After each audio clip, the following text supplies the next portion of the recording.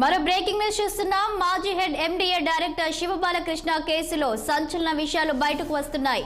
250 కోట్ల అక్రమాస్తులను కూడబెట్టినట్లు ఏసీబీ గుర్తించారు.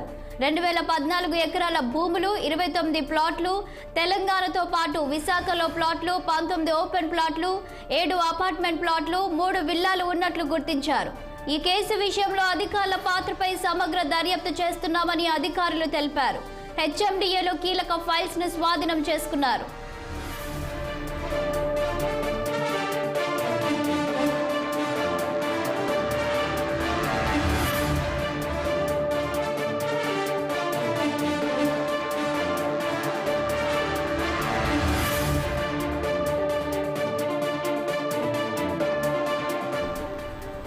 హెచ్ఎండిఏ మాజీ డైరెక్టర్ శివబాలకృష్ణ కేసులో సంచలన విషయాలు వెలుగులోకి వచ్చాయి.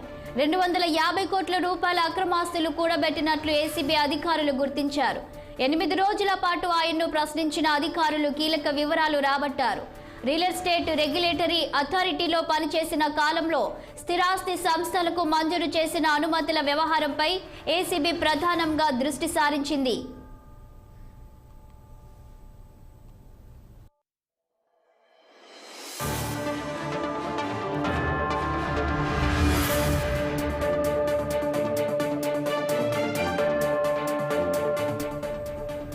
ఆయనకు ప్రధానంగా 3 బినామీలు ఉన్నట్టు విచారణలో తేలింది.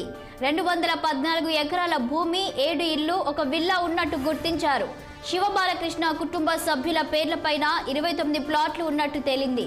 తెలంగాణతో పాటు విశాఖలో వ్యవసాయ భూములు, ఓపెన్ ప్లాట్లు గుర్తించారు. ఇక ఆయన సోదరుడు శివ నవీన్ కూడా కస్టడీకి తీసుకొని విచారిస్తామని ఏసీబీ అధికారులు తెలిపారు. విచారణ ముగియడంతో కోర్టులో హాజరుపరిచి చంచల్ కూడా జైలుకు తరలించారు. మరోసారి కస్టడీ కోర ఏసీబీ అధికారులు నిర్ణయించారు.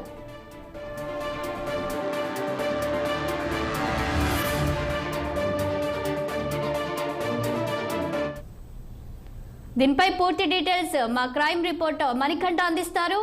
గుడ్ మార్నింగ్ మణికంఠ, చెప్పండి. ఇక శివబాలకృష్ణ అయితే లెక్కకు మించిన అక్రమాస్తులు కూడబెట్టినట్టు తెలుస్తుంది. ఇప్పటికే 250 కోట్ల అక్రమాస్తులు గుర్తించినట్టు తెలుస్తుంది. దీనికి సంబంధించి పూర్తి డీటెయిల్స్ ఏంటి? Good morning. ఏదైతే 10 రోజుల క్రితం ఏసీబీ అధికారులు అయితే హెచ్ఎండిఏ మాజీ డైరెక్టర్ శివబాలకృష్ణ అరెస్ట్ చేశారు.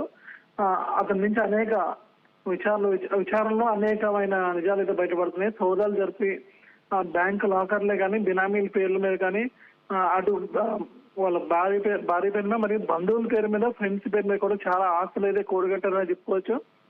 గత బీఆర్ఎస్ ప్రభుత్వంలో బీఆర్ఎస్ కేసీఆర్ అన్నా చూసుకున్నా, లేదంటే అతని వెనకాల మంత్రి ఎవరున్నారని కూడా కొనలు దర్యాప్తు చేస్తున్నారు.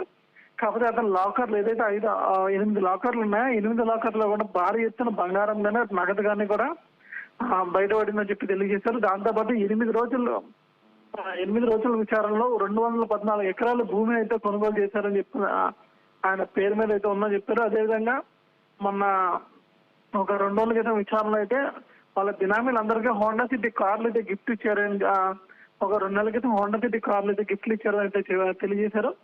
దాంతోపాటు ఇంకా బ్యాంకు లాకర్లు ఉన్నాయి. ఆ బ్యాంకు లాకర్లు కూడా ఓపెన్ చేసి ఉన్నారు. కానీ ఏంటంటే శివబాలకృష్ణ సహకరించట్లేదు, మాకు ఏసీబీకి సహకరించట్లేదు అని చెప్తున్నారు. దాంతోపాటు చాలా ఏదైతే తమ్ముడు ఉన్నాడు, శివబాలకృష్ణ తమ్ముడు ఉన్నాడు నవీన్ కుమార్, అతన్ని కూడా అయితే పోలీసులు అదుపులోకి తీసుకోవడం జరిగింది. ఏసీబీ కోర్టులో అయితే ప్రొటెక్ట్ చేయడం జరిగింది. ఇద్దరిని కూడా అయితే అదుపులోకి తీసుకున్నారు ప్రజెంట్ అయితే. సో మళ్ళీ ఇంకో కొంచెం గడువు అయితే ప్రకటించారు. సుమారు 250 కోట్లని చెప్తున్నారు, కానీ 1000 కోట్లు తగ్గితే 1000 కోట్ల ఆస్తులు పైన ఉన్నాయని అయితే తెలియజేశారు. ఏదైతే ల్యాండ్ కొన్నారో అప్పుడు దానికన్నా ఇప్పుడు రేట్ 10 రెట్లు ఎక్కువగా ఉండడం వల్ల, రేట్ ఒక 10 రెట్లు ఎక్కువగా ఉండడం వల్ల 1000 కోట్ల దాకా ఉంటుందని అంచనా వేశారు. దాంతోపాటు ఇతర రియల్ ఎస్టేట్ కంపెనీలో కూడా ఇతను ఏదైతే శివబాలకృష్ణ అయితే అమౌంట్ పెట్టడం అయితే జరిగింది. ఆ లావాదేవీలు కూడా ఉన్నాయని చెప్తున్నారు. దాంతోపాటు వేరే భూములు కొనుగోలు కానీ అలా ఇన్ఫ్రా కంపెనీలో మనం చూస్తున్నాము. ఇప్పటికే శివబాలకృష్ణను మరి కస్టడీకి తీసుకుని విచారించిన నేపథ్యంలో 250 కోట్ల అక్రమాస్తులు బయటపడ్డాయి. ఇక నెక్స్ట్ ఆయన సోదరుడిని విచారిస్తున్నట్లుగా కూడా మనకు తెలుస్తుంది. సో ఆయనను కనుక విచారిస్తే ఇంకా అక్రమాస్తులు బయటపడే అవకాశం కనిపిస్తుంది అంటారా?